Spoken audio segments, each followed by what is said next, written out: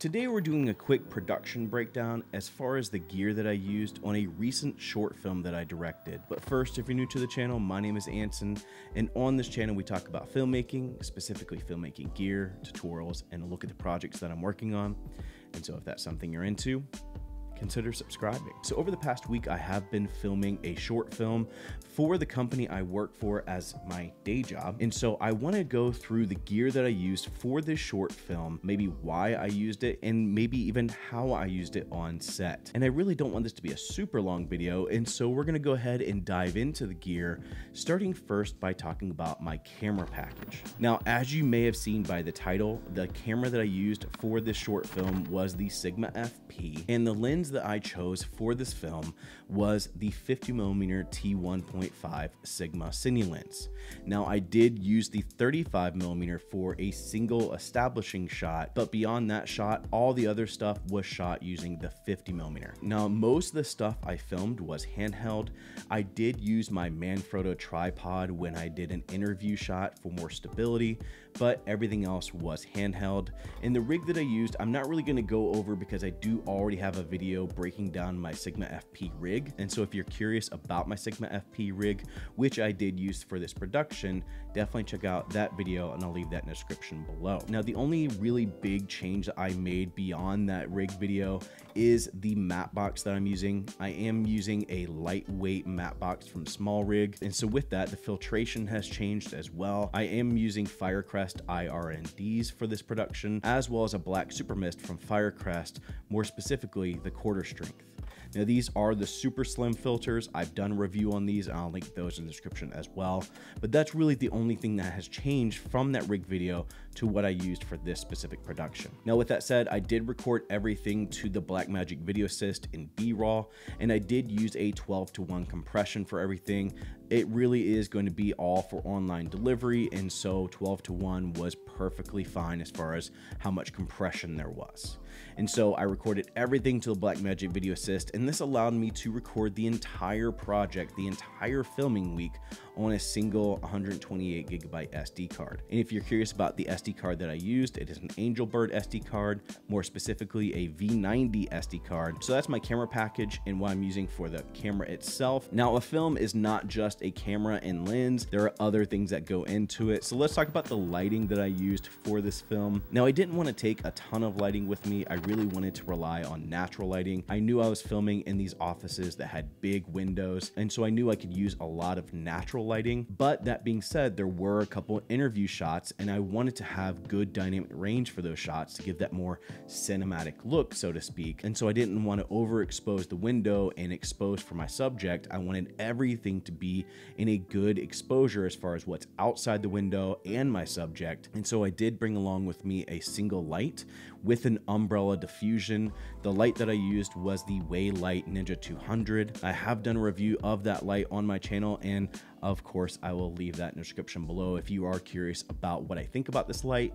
It really was the best light for this scenario. Super lightweight. I knew I was already taking a bunch of stuff, and so it really got the job done, especially with the umbrella diffusion that I used. It created a big source of light. I did bring some additional diffusion, but I didn't end up using it. But the way that I set up the interview is I had the talent sit in front of the window, and I had that single light about 90 degrees, maybe even a little bit less. Now, the reason I may have had it at a little bit less than a 90-degree angle is to hide the light as far as the reflection from the windows. When you are dealing with these kind of windows, the hardest part is hiding the light so it's not in the shot. And so the way that I did it is I set up the light and I had the talent turn a little bit to where I could frame the shot to where it looked like she was looking at the director. But with that, the reflection of the light was right behind the talent's head. And so it hid that reflection as far as being able to see the light in the shot. And in the dialogue scenes, I really just put the light in the corner opposite of where I was shooting, and that allowed me to get the shadow side of each one of the talents and offered a little bit more light on top of what was already there with the natural light of that room. And so that's the light that we used and how we used it on set. Let's talk about the audio that we used and the audio solution that we had for this film. Now, this is probably the biggest thing that we went back and forth on what audio solution to use. Did we want to do a a shotgun mic and basically capture the audio with a shotgun mic? Do we want to use a lav mic and have the audio be on the talent? Ultimately, we did go with a lav mic solution. The mics that we used, or the mic packs that we used, were a Comica Boom XD. These mics are very similar to a lot of the mics you'll see on the market as far as clip-on mics that also give you the ability to plug a lav into them. Now, because this has 2 transmitters, I was able to mic both talents at the same time. The Comica Boom XD does give you the ability to record mono or stereo audio. I chose mono, and I really wish I hadn't, because now I'm in post having to adjust everybody's audio even though they're on the same audio track, and that's really frustrating. I really wish I had chose to record in stereo, and that way I could have independently adjusted their audio in post. And I did use a standard clip for the lav mic. Most of everybody was wearing some sort of blazer, and so I basically just clipped it to the blazer. Now in hindsight, I really wish I had hid these a little bit better.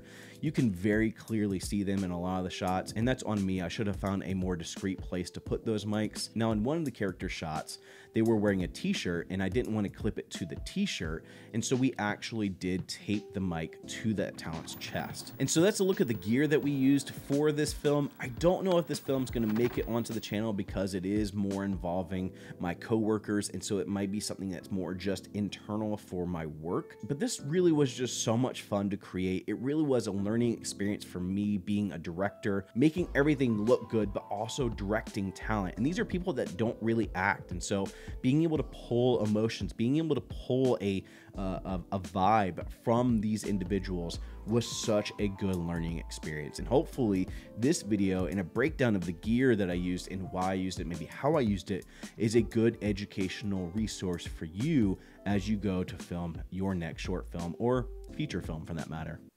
Please don't take my advice if you're shooting a feature film. You probably are well more experienced than I am. And so that's it for me. I hope you guys enjoyed the video. If you did enjoy the video, make sure to give it a like. And if you're digging the overall content from the channel, consider subscribing. As always, thank you for joining. Go and find your journey. Go embrace life. Peace.